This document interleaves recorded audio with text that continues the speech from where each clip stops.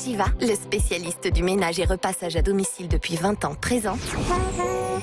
Sud Radio, c'est excellent, 19h-20h, Judith Belair. Bonsoir les copains, c'est excellent et c'est votre rendez-vous du dimanche soir sur Sud Radio à l'écoute de ceux qui ont choisi l'excellence comme chemin, quelle que soit la forme qu'ils prennent. C'est un comédien doublement primé tant au cinéma qu'au théâtre, ancien du français, de la comédie française pour les non-initiés. Et il ne s'arrête pas là car l'écriture est devenue sa deuxième vie, quand peut-être elle l'a toujours été finalement. Philippe Torreton est en studio pour vous sur Sud Radio, chers auditeurs, et il vient nous présenter son dernier livre qui n'est autre que son anthologie de la poésie française, tout juste sortie chez Calman Lévy. Bonsoir Philippe Torreton. Bonsoir. Bienvenue. Dans l'émission qui crée le lien sur Sud Radio, on le fait ce soir encore une fois de plus, même s'il existe déjà a priori ce soir. Il est président du think tank Étienne Marcel qui l'a créé et de la Confédération des petites et moyennes entreprises de Paris Île-de-France, c'est la CPME, sans oublier de la Commission du développement économique du Conseil économique, social et environnemental régional d'Île-de-France. Je l'ai bien descendu, le Césaire. Bernard Cohen-Haddad est un défenseur chevronné de nos entrepreneurs et il aime créer le lien lui aussi entre le monde de l'entreprise et celui de la culture. Et a priori, il aime la poésie. Bonsoir Bernard Cohen-Haddad. Bienvenue. C'est excellent. Bienvenue à tous. Vous êtes chez vous. Philippe Torreton. Alors je l'ai dit à l'instant sur Sud Radio, vous venez de publier votre anthologie de la poésie française tout juste sortie chez Calman Lévy. Alors c'est plus de 150 poètes, c'est plus de 300 poèmes. Alors je vais en citer quelques-uns sur les poètes quand même. Il y a Richard Coeur de Lion que j'ai adoré, Joachim du Bellay, Pierre de Ronsard, Jean de La Fontaine, Molière, Denis Diderot ou Louis Aragon, mais encore aussi Marguerite Duras. J'ai donc appris qu'elle faisait des poèmes, je ne le savais pas. Beaucoup, mais Barbara, Aimé Césaire, Jacques Brel. Comment et pourquoi les avez-vous choisis? C'est vraiment une histoire de goût? Ils vous ont accompagné depuis longtemps? Oui, de compagnonnage pour certains. Je pense à Jacques Brel, je pense à Rimbaud, Baudelaire, etc. Mais et puis de découverte. Moi, ça m'a permis pendant un an de voyager en poésie et de découvrir des gens. Ça vous a permis d'en découvrir aussi. Bien. Alors donnez-moi quelques exemples justement. Il y a eu Christine de Pisan, par exemple. Il y a eu dans la poésie contemporaine Claude Bert, mais plein d'autres qui me viendront au fur et à mesure. Et alors, ce que vous disiez hors antenne, Philippe Torreton, c'est que en fait, rentrer dans la poésie comme ça permet de découvrir des époques en fait aussi, comme le XVIIIe siècle ou les époques d'avant, et ça permet aussi finalement de prendre du recul par rapport à ce qu'on vit aujourd'hui. Ben oui, parce qu'on s'aperçoit que on croit toujours que notre époque est assez unique dans ses malheurs et ses bonheurs, et en fait, quand toute proportion gardée, mais tout a toujours existé, y compris même ce qui est incroyable, c'est dans le style littéraire aussi, d'une certaine façon.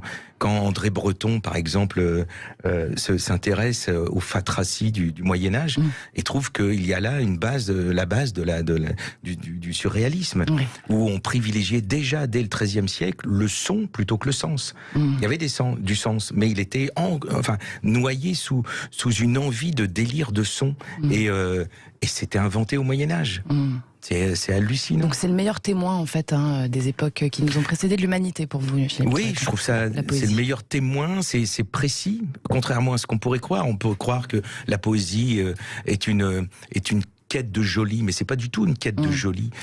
C'est une quête d'ultra-sens, d'huile essentielle, de sens, de sensation, d'intimité et de regard sur les autres. Les poètes sont des observateurs des autres. Peut-être avant eux-mêmes, c'est les autres. Et donc lire la poésie, voyager en poésie, c'est feuilleter un immense album de photos, c'est retrouver des sensations exactes. C'est pas de l'à peu près sur l'être humain. Et ça c'est bouleversant. C'est comme découvrir, quand on est archéologue, découvrir un chantier de fouilles magnifique avec des objets intacts. La poésie, c'est découvrir Pompéi tous les jours pratiquement. C'est génial. Ouais. Et c'est aussi se reconnecter avec le rêve, parce que si je vous cite, il y a une de vos phrases d'introduction que j'ai bien aimée de Jean-Pierre Siméon qui dit que ceux qui se perdent dans un baiser perdu, ce ne sont pas les lèvres, mais la chance d'un rêve imprudent. Oui. Donc il y a quand même aussi toute une forme d'onirique qui se ramène à la réalité, et finalement ça nous positionne bien, quoi. Ça crée un lien entre ces deux mondes-là, c'est ça? Oui, absolument. C'est une façon de rêver le monde par une ultra-voyance, finalement. Alors vous disiez aussi que c'est un témoin de l'humanité sur la solitude intrinsèque justement à tout être humain, parce qu'on est tous finalement seuls. Et pour en sortir, vous avez une solution, je vous cite: la poésie vous donnera 1000 frères si l'on vous lit une parenté sensible qui ouvrira en grand les portes lourdes de cet orphelinat où vous vous tairiez depuis l'enfance. C'est un peu ce qui vous est arrivé aussi, ça? Oui, mais je suis pas unique. C'est-à-dire que je pense que au regard de nos sensations intimes, qu'on a même du mal à formuler, à nommer, on est orphelin. On est tous des orphelins. Et la poésie nous fait découvrir des frères, des sœurs. Moi, c'est la poésie est venue par le théâtre, en fait, la littérature, en fait, en général. Et c'est vrai que tout d'un coup, alors que je peinais, moi, en cours de français, j'étais laborieux, et même, on peut dire, nul en orthographe, etc. J'avais de l'imagination, mais bon, j'avais pas les moyens de l'exprimer. Et le théâtre, l'oralité, en fait, m'a donné des belles phrases, m'a surtout donné du sens. Et j'ai découvert, oui, que finalement, un auteur, c'est pas un support de dictée, c'est pas Shakespeare n'a pas existé pour les cours d'anglais pour les petits anglais, et Molière n'a pas existé pour servir de base au programme, pour mettre des messages dans des bouteilles et de les envoyer dans des océans en espérant que quelqu'un débouche la bouteille et lise. Ce sont des messages de gens qui voulaient nous parler, qui voulaient nous témoigner de choses. Et quand on prend la littérature comme ça, et il y a qu'en mettant les deux mains dedans, comme un mécanicien ouvre un capot de moteur, le théâtre, c'est ça en fait. C'est on ouvre le capot de la littérature et on fout ses mains dedans. Et ça tâche un peu, oui. Mais parfois on se coince les doigts. Mais du coup, on sait pourquoi c'est fait, quoi. Et prendre la littérature par ce bout-là, il n'y a pas meilleure porte d'entrée que celle-ci, plutôt que la connaissance théorique des courants littéraires qui sont intéressants, etc., mais qui peuvent glacer. Enfin, tandis que quand on cherche le bonhomme ou la bonne femme derrière ces mots-là, qui a pu dire ça, pourquoi elle a dit ça, pourquoi elle nous a dit ça, là, ça devient passionnant. C'est passionnant quand on vous écoute. Merci. Alors Philippe Torreton, vous nous dites aussi, dans ce volume se trouve votre exaltation, mais je ne peux pas vous en donner la page, parce qu'évidemment elle est différente pour tout le monde. C'est laquelle, la vôtre? Non, il y en a, il y en a plusieurs, évidemment. C'est une page sur deux, presque. Mais. Vous les aimez tous autant? Il y a une concentration vers Rimbaud, et dans certaines poésies contemporaines aussi, mais je l'ai... Enfin, c'est ce qui m'a fasciné pendant un an de travail autour de la poésie, c'est que justement, l'exaltation vous vient tous les matins. Alors vous lisez des poèmes qui vous tombent un peu des mains, mais c'est ce que je dis, c'est pas grave. C'est moi, c'est mon choix. Vous en auriez fait une, ça en aurait été un autre. On aurait sûrement plein d'auteurs en commun. Rimbaud, c'est sûr déjà pour commencer. Voilà, et plein d'autres, je suis sûr. Mais en fait, c'est comment dire, il faut pas obliger à lire. Il faut laisser la découverte. C'est pour ça que j'ai voulu une anthologie assez libre de commentaires, parce que moi, en tant qu'élève, j'ai souffert des commentaires. Les commentaires ont étouffé mon plaisir de découverte de l'œuvre. Quand on commence à faire du théâtre et qu'on lit, par exemple, les Fourberies de Scapin en 5e ou en 4e de Molière, et de Molière, et on cherche le texte de Molière parmi les commentaires. On se dit, mais c'est où les dialogues? Il y en a trop. Et ça devient compliqué. D'ailleurs, ça vous embête un peu qu'on l'enseigne, la poésie, à l'école, justement, parce que le fait d'être dans un cadre, peut-être que ça enlève de son sens, justement. Je pense qu'il faut l'enseigner à l'école. Mais comment enseigner la poésie? Voilà. Il faudrait, au contraire, il faut en écrire. Je pense qu'il faut que la meilleure façon d'enseigner la poésie, c'est de s'y essayer, et c'est de la dire. Et ça... énormément de la poètes déclamer l'ont dit. Ou de la dire. Le stade ultime de la poésie, c'est la voix haute. Lire la poésie, c'est déjà quelque chose, c'est bien. Mais on s'arrête en chemin. Il faut la dire. Il faut la dire à d'autres. Il faut dire, écoute, ça, même si on prend juste une phrase, un vers, un couplet, mais c'est, écoute ça, je te le dis. Et c'est là que la poésie... elle prend tout son sens, en fait. Et alors, avec ce recueil, Philippe Torreton, que je rappelle pour les auditeurs, une anthologie de la poésie française qui vient de sortir chez Calman Levy, vous marchez dans les pas de Georges Pompidou, quand même, c'est pas n'importe quoi. Il semblerait. Et de son anthologie, justement, je le rappelle pour les auditeurs aussi, qu'il avait publié en 1961, ça date. Il n'y en a pas eu depuis, c'est aussi pour ça que vous l'avez fait?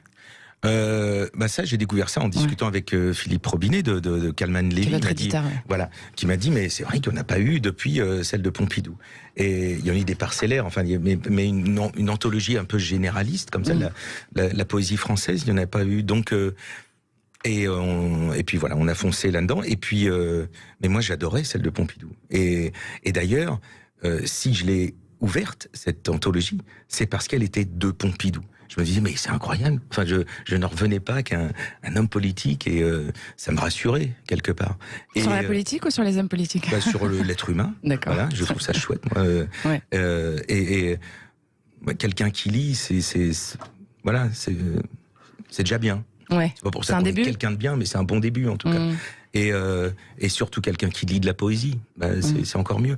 Et donc moi j'étais très très heureux de faire ça, et puis de proposer des années après celle de Pompidou une autre anthologie exhaustive que j'ai voulu très rassembleuse, très une large place à la poésie contemporaine, mais aussi à certains chanteurs, enfin auteurs. Oui, Barbara par exemple. Barbara, Moustaki, Brel aussi. Et dans une autre version qu'on fera peut-être plus tard, mais j'aimerais en mettre d'autres aussi.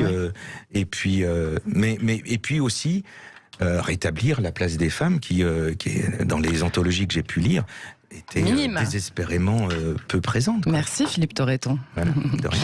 Parlons vrai sur Sud Radio et en poésie avec l'écrivain et comédien Philippe Torreton et son anthologie de la poésie française sortie chez Calman Lévy. Ne ratez pas le président du think tank Étienne Marcel et de la CPME Île-de-France Bernard Cohen-Haddad. C'est juste après ça, à tout de suite.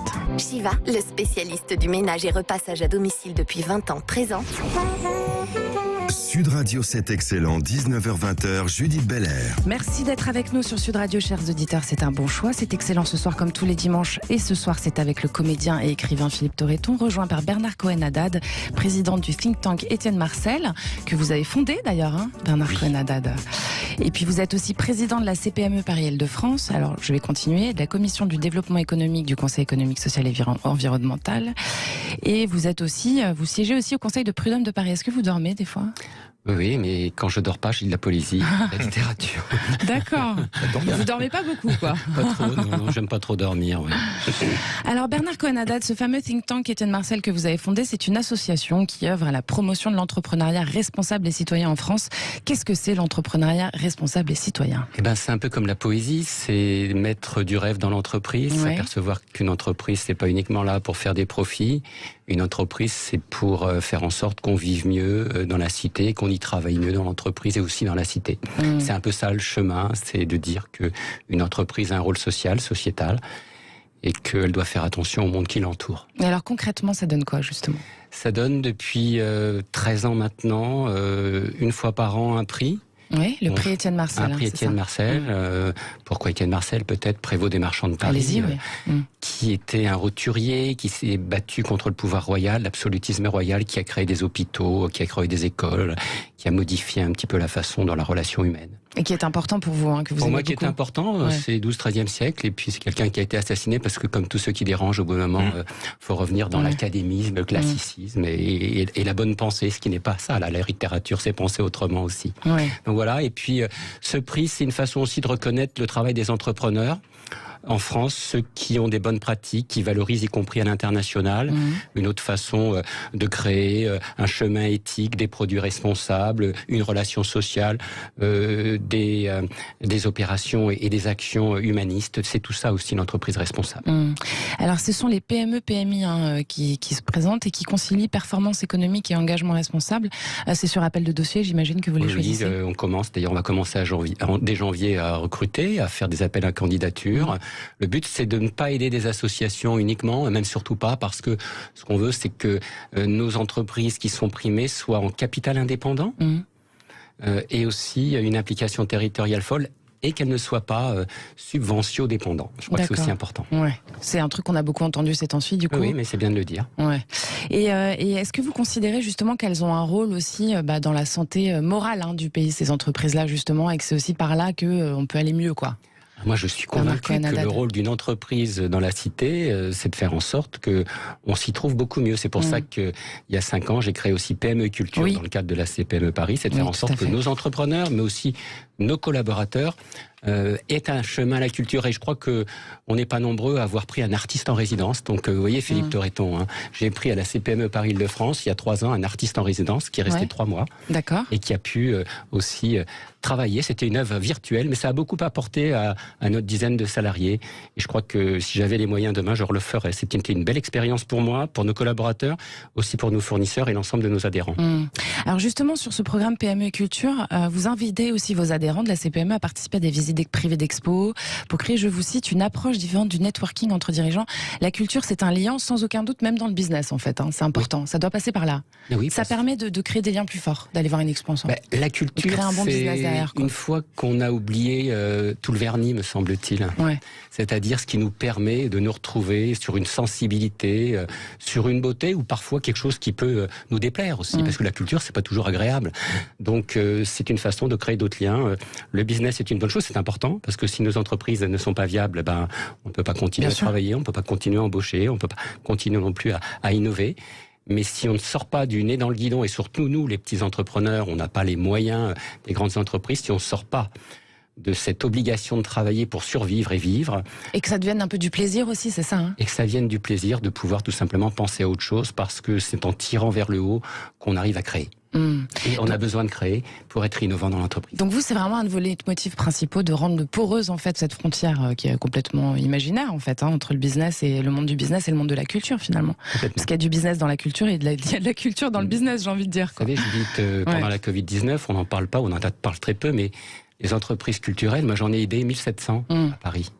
C'est beaucoup. Parce que les indépendants de la culture... ils ont été complètement oubliés. Du jour au lendemain, on a tout arrêté.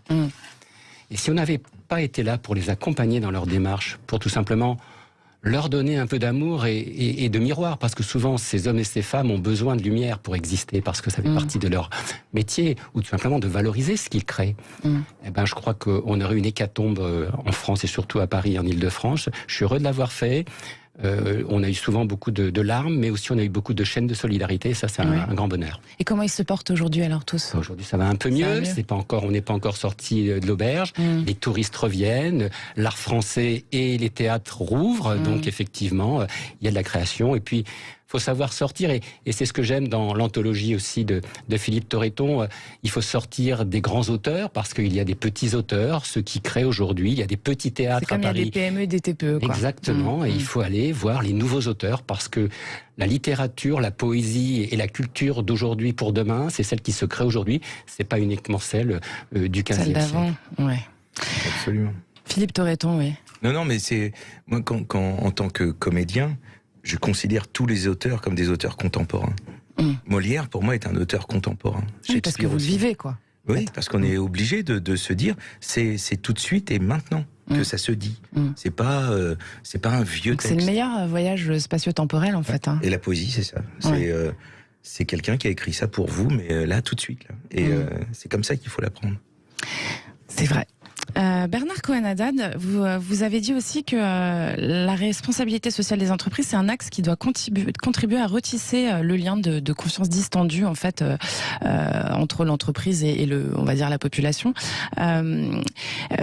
Parce que pour vous, on peut domestiquer et humaniser le capitalisme. Alors ça m'intéresse vachement. Est-ce que ça existe, le capitalisme humaniste, Bernard Cohen-Haddad ? Moi, je le crois. Je crois que le capitalisme-humanisme n'est pas un oxymore. Le capitalisme, c'est tout simplement faire rentrer de l'argent et qu'il y ait une rentabilité. Alors c'est vrai que si on revient à Marx et Engels, ils avaient à l'époque la lutte des classes, elle est toujours là d'ailleurs, mais aujourd'hui elle est peut-être dans un autre domaine. Elle est où aujourd'hui ? Je crois qu'aujourd'hui elle est plutôt entre obscurantisme et lumière. Donc ça c'est à mon avis un vrai problème. Vous êtes d'accord avec ça, Philippe Torreton ? Oui, globalement, oui. Oui, bien sûr. Je crois que c'est pas uniquement un problème d'argent, c'est qu'aujourd'hui, effectivement, on a besoin de ceux qui sont pour le progrès, ceux qui sont contre et qui malheureusement vont au rebours de ce que nous avons bâti les uns et les autres depuis au moins 2 siècles.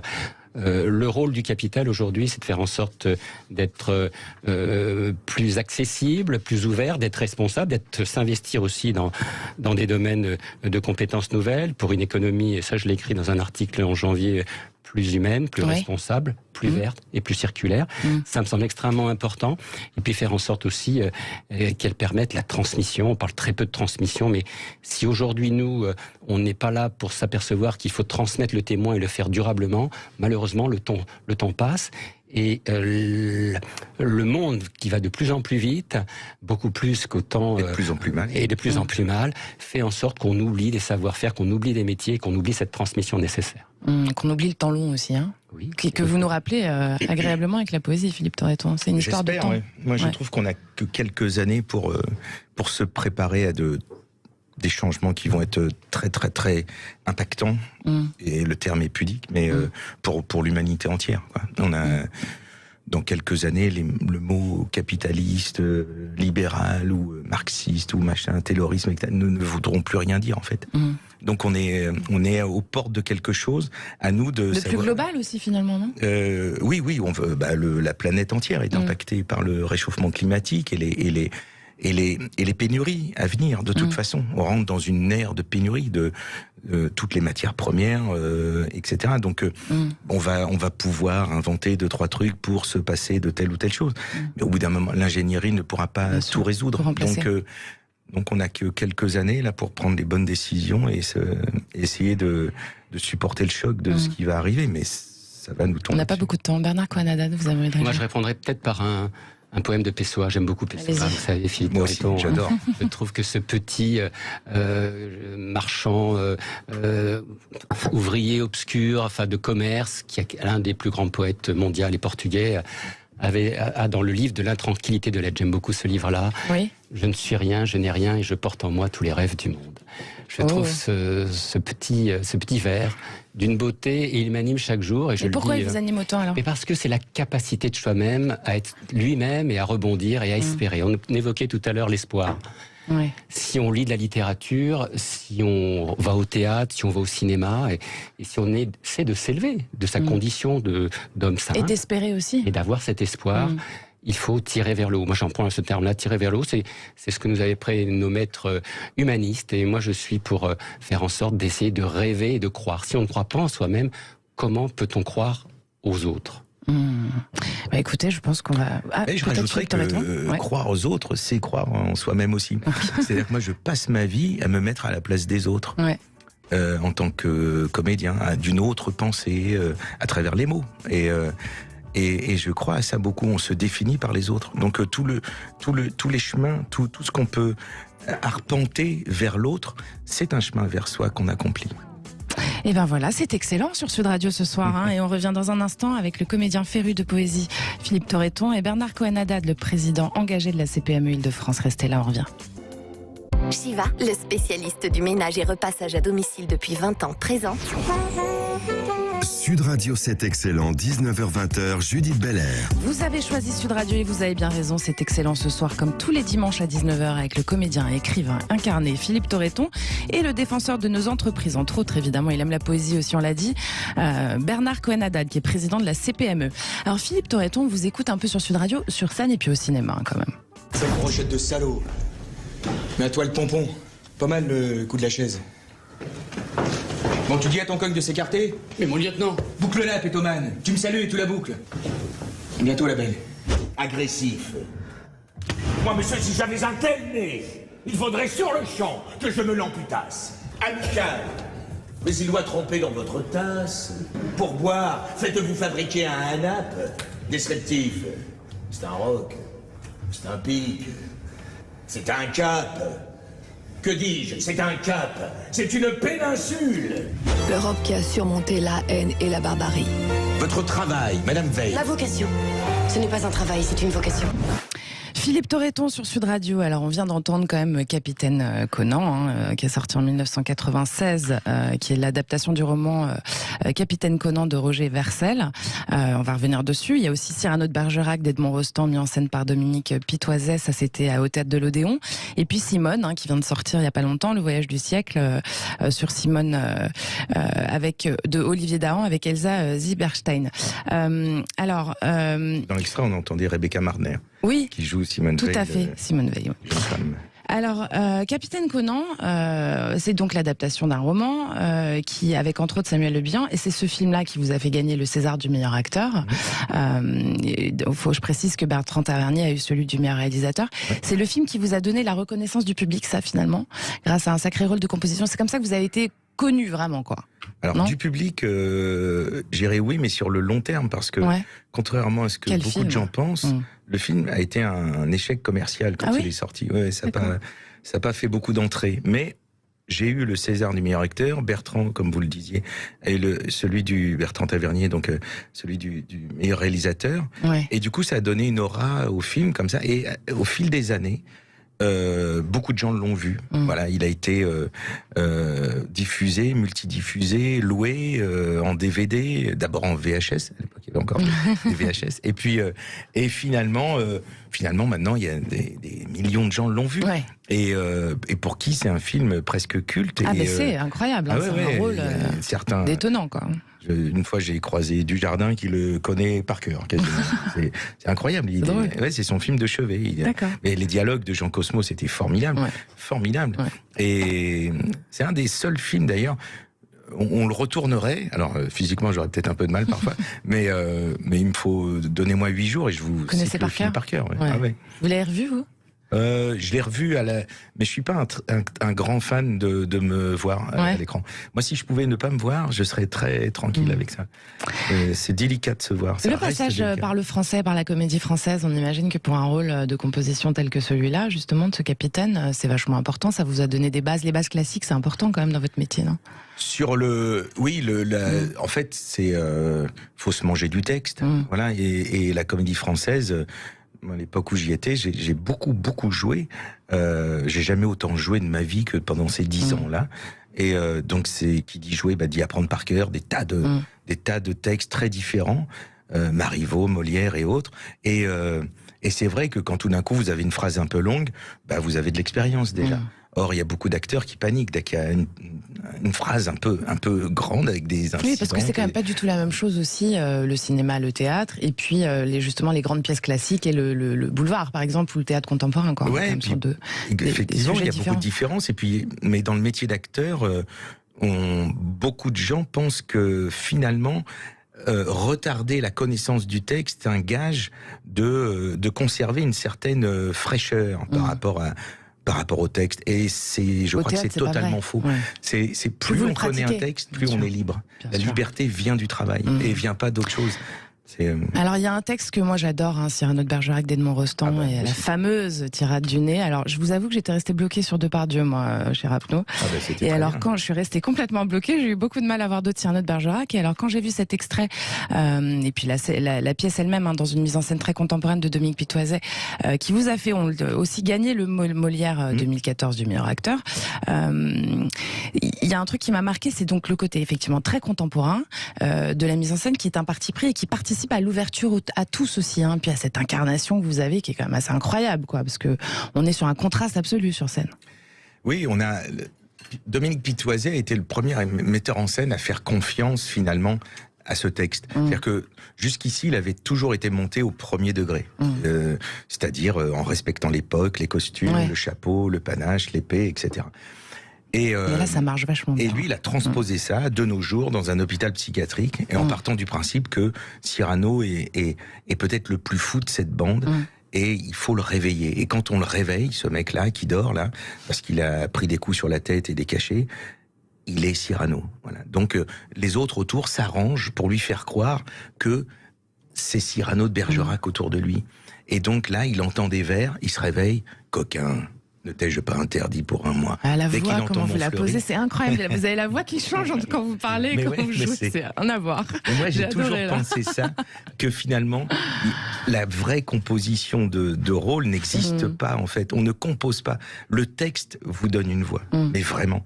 Et c'est vrai que je me réveillais de ce fauteuil, je me levais difficilement en écoutant Montfleury commencer à chanter son texte.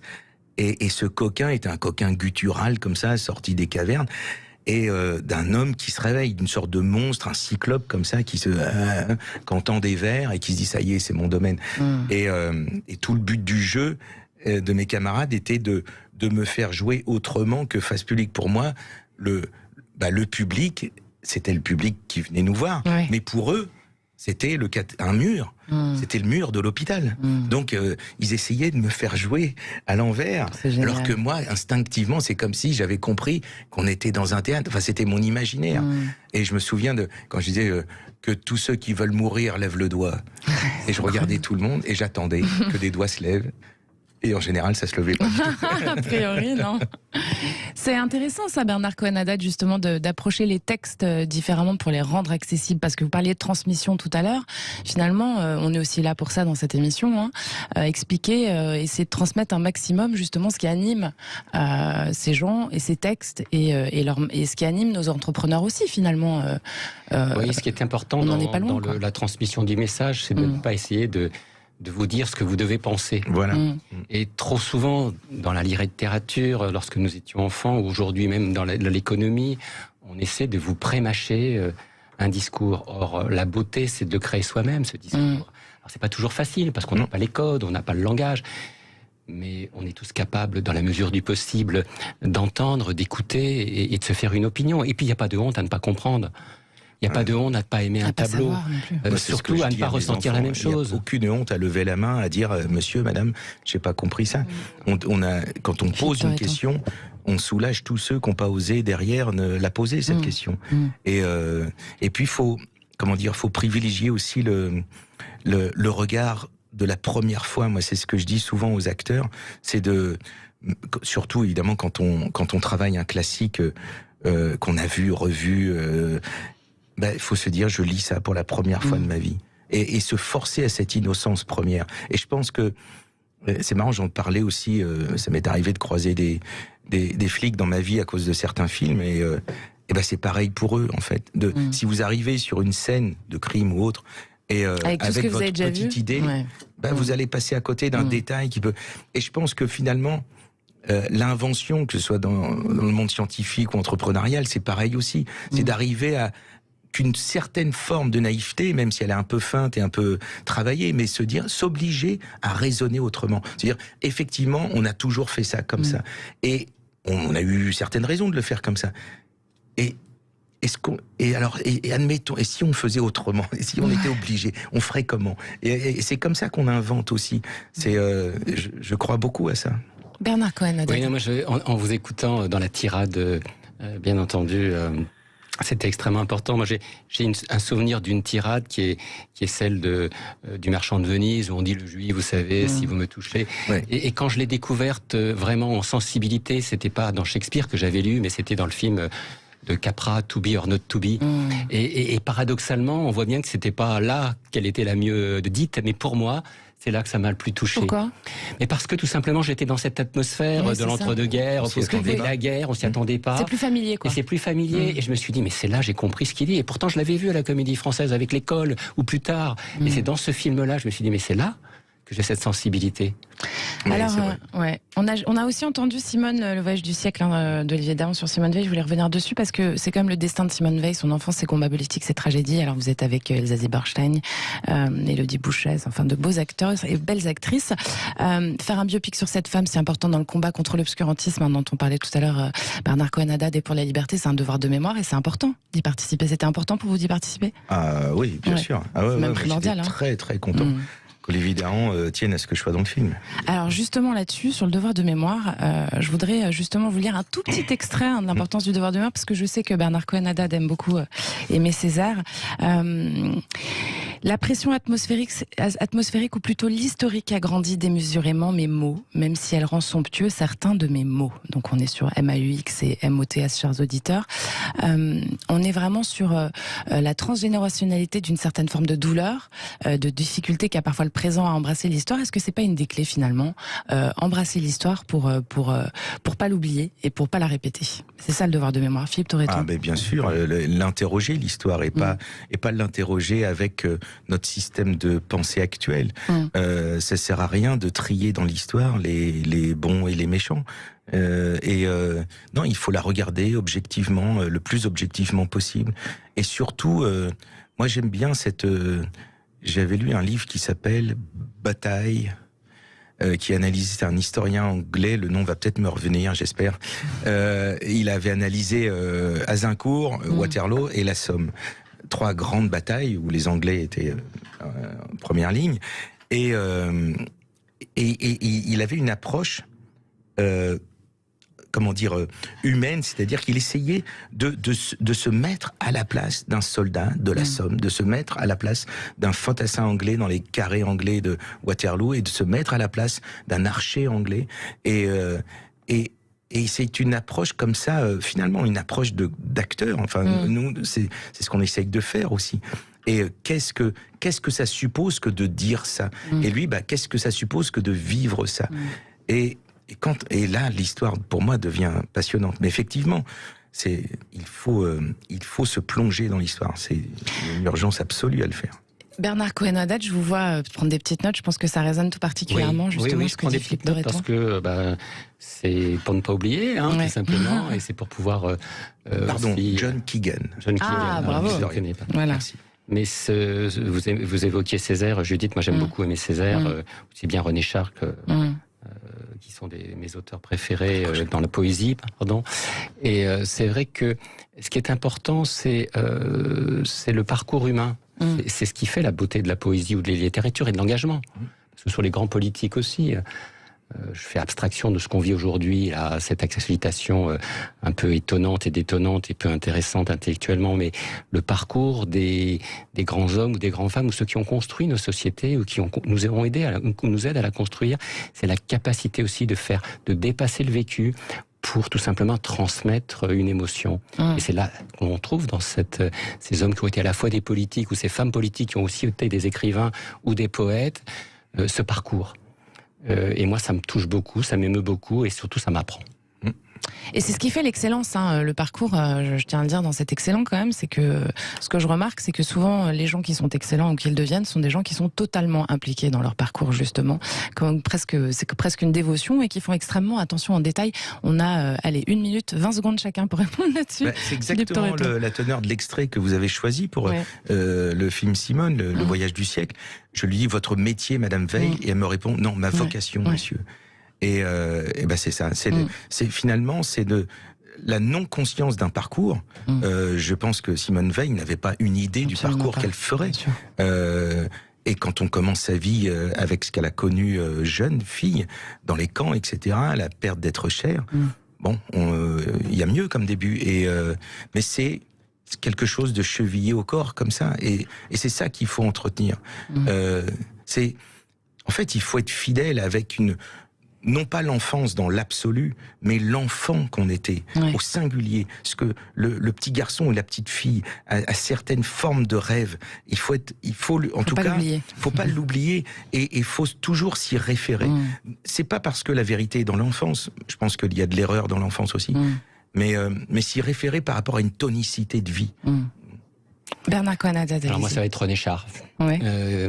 Qui n'a pas songé, en flânant sur le boulevard des villes, d'un monde qui, au lieu de commencer par des paroles, débuterait par des intentions. Je trouve ce mot, ce vers, c'est dans les mots MAUX, merveilleux, et je crois que c'est une belle leçon de vie aussi.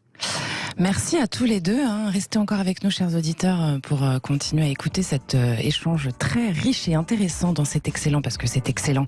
C'est l'écrivain et comédien Philippe Torreton et le président de la CPME Île-de-France, Bernard Cohen-Haddad, qui sont avec vous. Restez avec nous.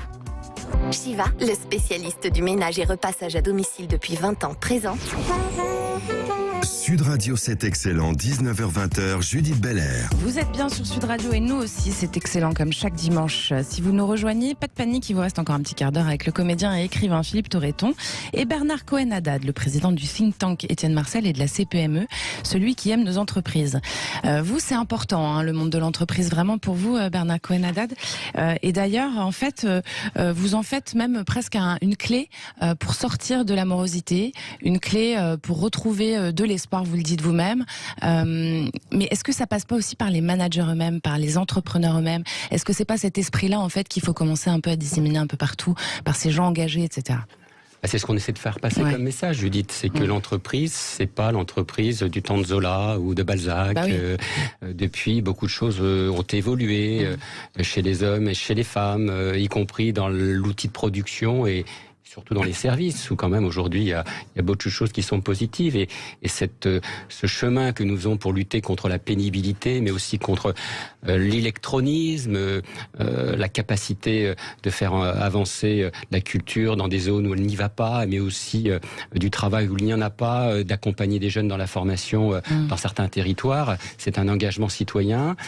Et je crois qu'il est partagé par des jeunes et des moins jeunes entrepreneurs, qu'ils soient des entrepreneurs aujourd'hui propriétaires de leur entreprise, que ce soit des dirigeants d'entreprise aussi, et qu'il faut sortir de cette image caricaturale où certains veulent nous cantonner, et moi je me bats. Est-ce qu'il ne faudrait pas une école pour les entrepreneurs, justement, pour apprendre à l'être et à savoir justement quelles difficultés on va affronter, etc. Des grandes écoles. Oui, mais une école spécialisée pour parce qu'on a des apprentis, des formations différentes, effectivement, des grandes écoles.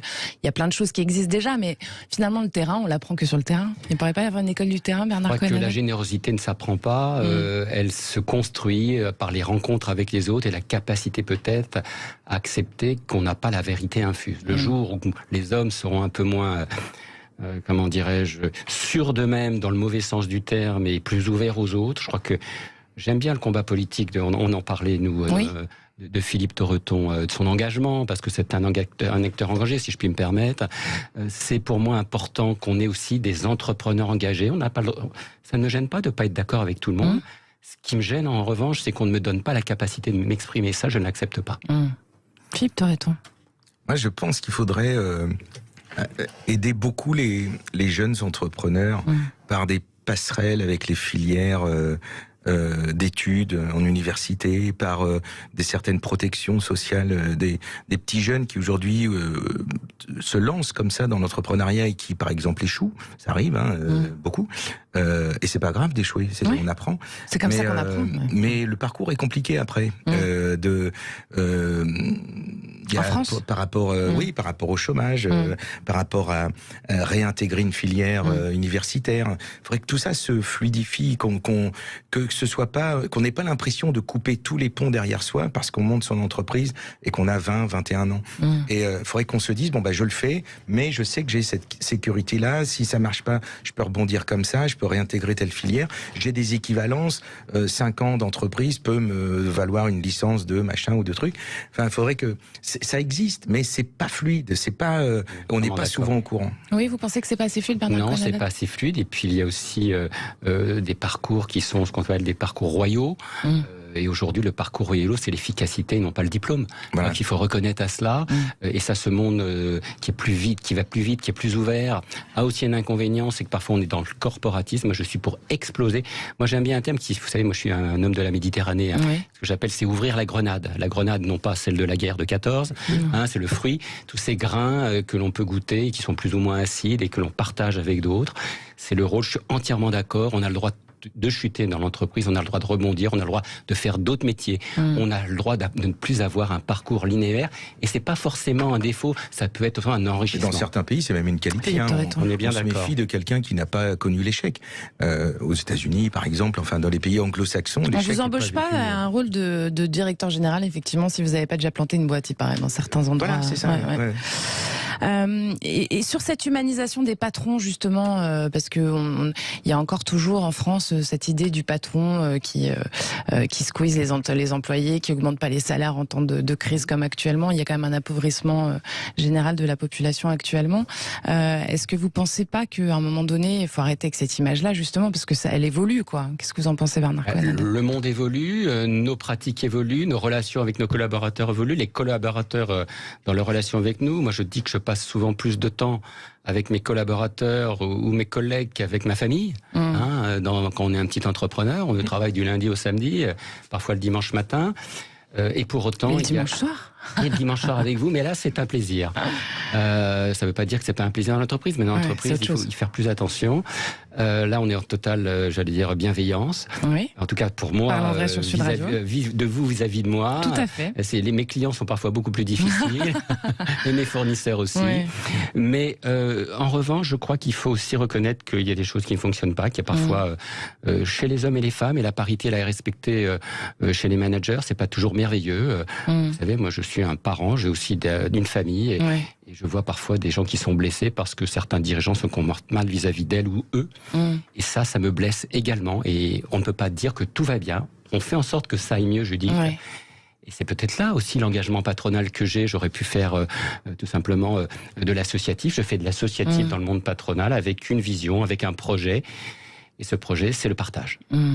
Et l'élévation, quoi, en fait. Hein. Oui, tirer vers le haut, je vous le redis. Moi, j'ai une envie d'excellence, mais pas une envie de quelque chose d'ennuyeux. Alors, pour revenir un tout petit peu, Philippe Torreton, en quelques mots sur la poésie aussi, vous dites qu'avoir mis des semelles entre nos pieds et le sol, ce que l'on peut apparenter au progrès, selon moi, nous a permis d'écraser sans sentir la différence entre une bonne et une mauvaise herbe, et que la poésie reste un lien pour nous avec une certaine réalité, finalement. C'est aussi le rôle de la culture. Hein, et c'est aussi le rôle de l'entreprise finalement. L'entreprise, je m'y connais pas assez pour répondre, mais oui, la culture, c'est finalement, je prenais cette métaphore-là. Ça permet de rêver pour embrasser la réalité. C'est de se déchausser, c'est d'avancer pieds nus et de se rendre compte que parce qu'on sent le sol, quoi. Là, c'est doux. Et nous, on a l'humanité a chaussé des grosses chaussures, on a tout écrasé. Et alors, on va plus vite, certes, on est plus efficace, certes, mais on est plus efficace aussi vers notre perte et on s'est coupé. Et je trouve que j'ai réalisé ça en faisant un spectacle qui s'appelait Nous y voilà, où je mêlais des poèmes et des textes issus de paroles indiennes d'Amérique du Nord.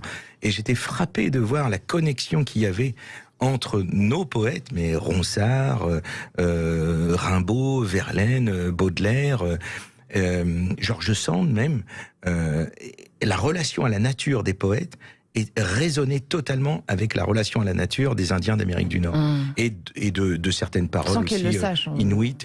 Et oui, mais je me dis que c'est nous qui avons perdu quelque chose. Les poètes ont su garder un lien, enfin certains en tout cas, une façon de regarder ça en n'étant pas supérieur à ce qu'ils voient, en étant intégrés à ça.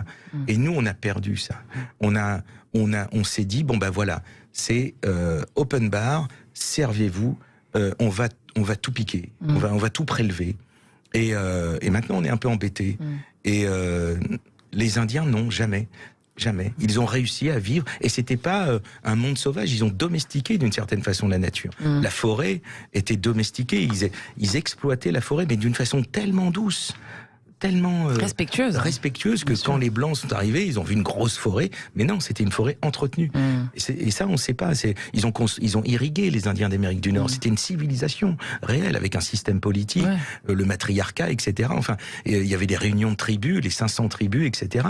Ils ont fait des canaux, mais de plusieurs centaines de kilomètres. Ils exportaient le maïs en Amérique du Sud, les Indiens d'Amérique du Nord.